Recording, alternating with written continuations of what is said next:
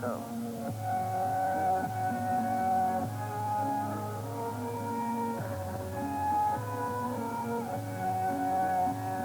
The film is grainy. The soundtrack occasionally breaks up, but it remains perhaps the greatest of all Indian movies. Pata Panchali begins director Satyajit Ray's celebrated trilogy, chronicling the childhood and adolescence of Apu, a poor Brahmin village boy from Ray's native Bengal. My very first film, Pata Panchali, I think that is the most moving film I've made, because even now, watching it now, I'm moved by it. And that's perhaps because Ray had to give up so much to make this film. In 1950, he quit his job as a commercial illustrator, dedicate all of his time to make Pata Panchali. He continually ran out of funds. His wife had to pawn her jewelry.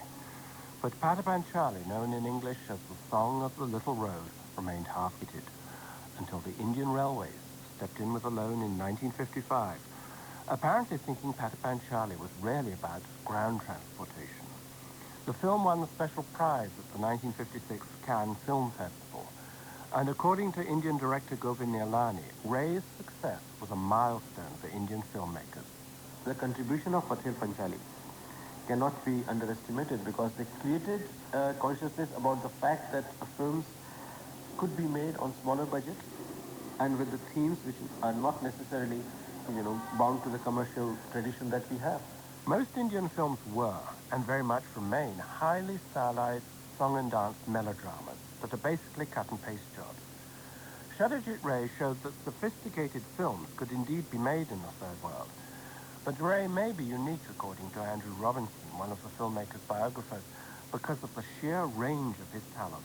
There is no other director in the history of the cinema who has had the same fluency in things as varied as script writing, directing, selecting his actors, composing his own music, doing his own cutting.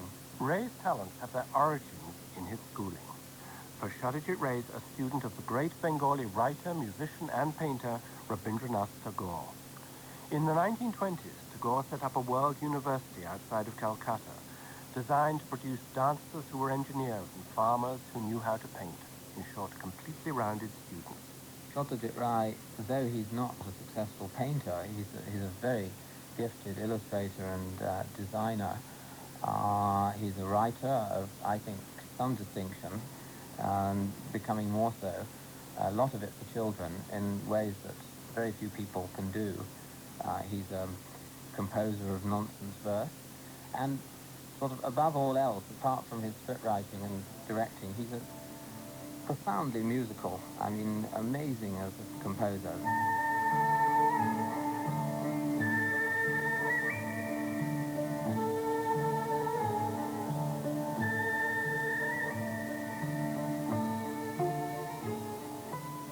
I never had a schooling in music, but it's just that,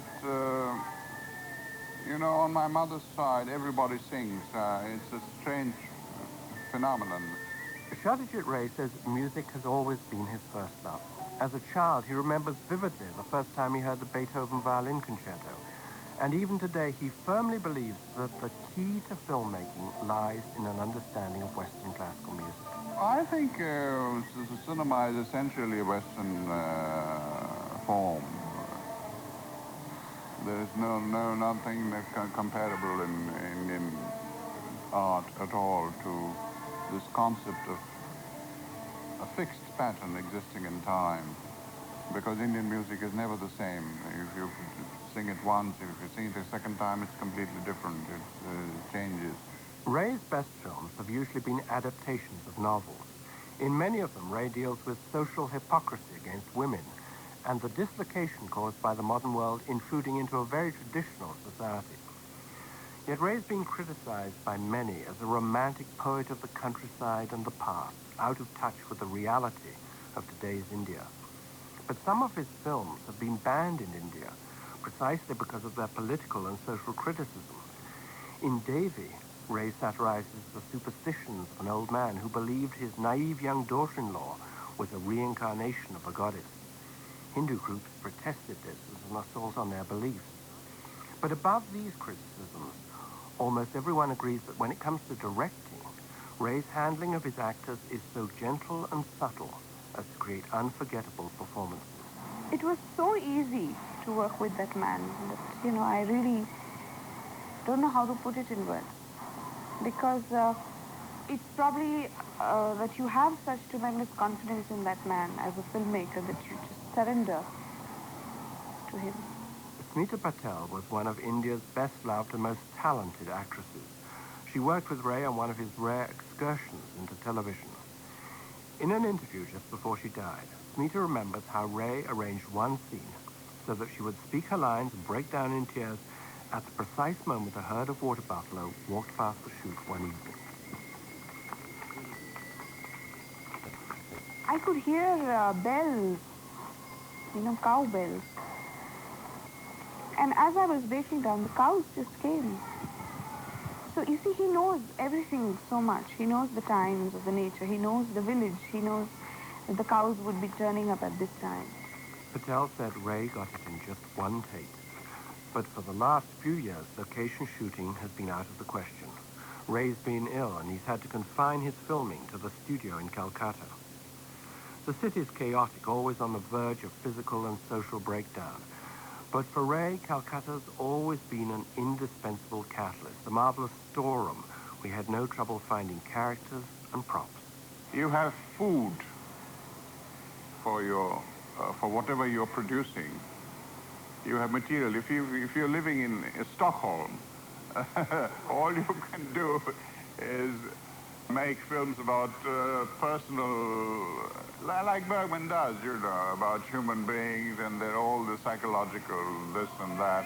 Whereas in Calcutta, you have a whole lot of other things that you can deal with.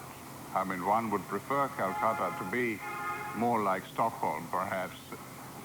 But the fact remains that for creative people, Calcutta has things to offer which many other cities don't. But now outside Ray's Calcutta studio on permanent call are an ambulance, a doctor, and a generator for emergency oxygen. In 1985, the filmmaker had triple bypass surgery. He only started making films again in 1988, but recently suffered a setback and is currently in a Calcutta hospital room, where he'll receive the Oscar in a private ceremony. Ray has no intention of quitting. He's still planning new films. But in spite of tomorrow night's Oscar, there are no plans to release any of Ray's films commercially in this country. However, several of the classics, including Pat Bengali, are still available on videocassette, and moves are afoot in California to put together a Satyajit Ray archive as a permanent tribute to this giant of world cinema. For National Public Radio, this is Julian Crandall-Hollick reporting.